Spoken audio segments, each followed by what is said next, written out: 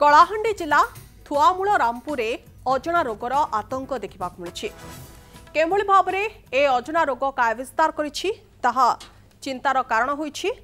पोड़ापदर पंचायतर सरापास एवं टेमरा ग्राम में अजना रोगरे जड़े 6 वर्षर शिशुर मृत्यु होइतिबा नै अभियोग होइछि।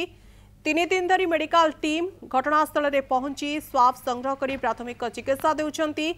सही गाँव में पानी लोकंक रक्त नमूना संग्रह कर टेस्ट पर पठा जाइछि। आउ आज 14 जणिया मेडिकल टीम प्रभावित गाँव में पहुंची लोकों को बुझासुझा करिसेंती।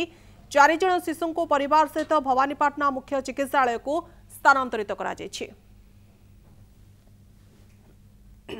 गाँव क्यारी करिकी गोटे डंगा घाट जोटा अच्छी सेठी पंत अणागला टेमरा पर्यंत तापरे टेमरा रु तांको आम 108 एम्बुलेंस को कम्युनिकेट कलु जेहेतु नेटवर्क ना पहाड़ ऊपर को गोटे चढ़ा गला 2-3 किलोमीटर पहाड़ पर चढ़ा गला से फोन करागला जो नेटवर्क आसला से बोट एम्बुलेंस आसिले से बोट एम्बुलेंस साहाय्य क्यारी करके एपट को अणागला आसला पर आमे आमर डिस्ट्रिक्ट हेडक्वार्टर रु आमर 2टा गाड़ी आसला एम्बुलेंस 2टा दि जाइतिला आउ से सब पेशेंट आउ तांको अटेंडेंट मान को आमे क्यारी करिकी आमे डिस्ट्रिक्ट हेडक्वार्टर को पठै सारछु।